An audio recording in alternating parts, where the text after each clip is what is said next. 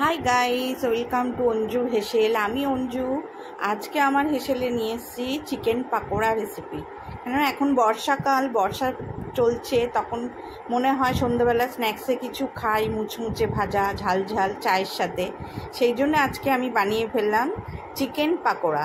দেখো, চিকেন নিয়েছি, মশলার মধ্যে গুঁড়ো মশলা নিয়েছি, নুন, হলুদ, গোলমরিচ, চিকেন টিক্কা মশলা, হ্যাঁ, সব একসঙ্গে মিশিয়ে নিয়েছি। ওর মধ্যে সোয়া সস দিলাম, একটু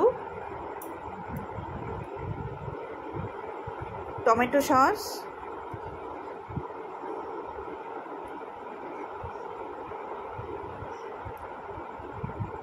কাঁচা লঙ্কা বাটা, কাশ্মীরি লঙ্কা তো আগেই দিয়েছি, আর একটু কাঁচা লঙ্কা দিলাম। একটু ঝাল ঝাল না হলে তো ভালো লাগে না। একটু তেল দিলাম, সাদা তেল,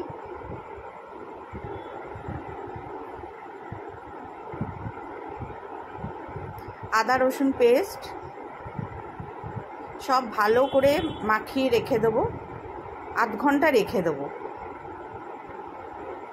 দেখেছো কালারটা কিরম হয়ে গেছে? মাখিয়ে টিক্কা মশলাটা দিলে খুব ভালো টেস্ট হয় চিকেনটা।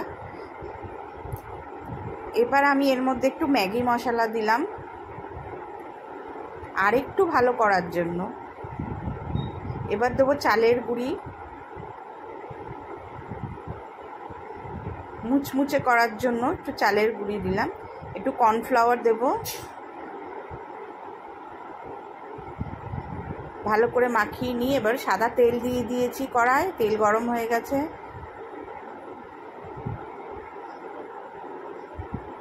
এবার একটা একটা করে ছেড়ে দেবো পাকোড়া। পাকোড়া ভাজার জন্য একটা একটা করে ছেড়ে দেবো চিকেনগুলো।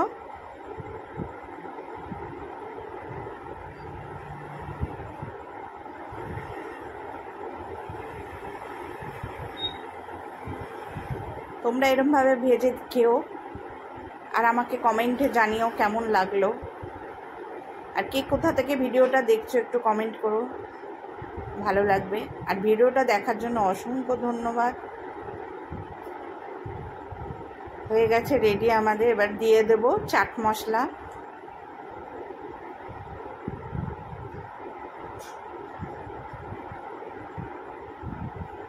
এবার দেবো একটু আমচুর পাউডার, একটু বিট নুন,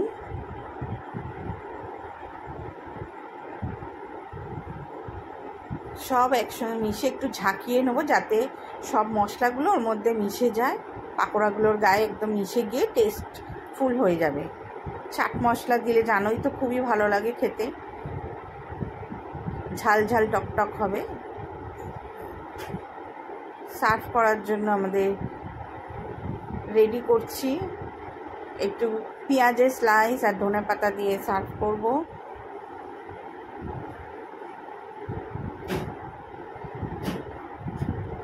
একটু টমেটো সস দিলাম উপর দিয়ে। রেডি আমাদের চিকেন পাকোড়া। এরমভাবে বানিয়ে খাও আর আমাকে কমেন্ট করো। আবারও দেখাবে নেক্সট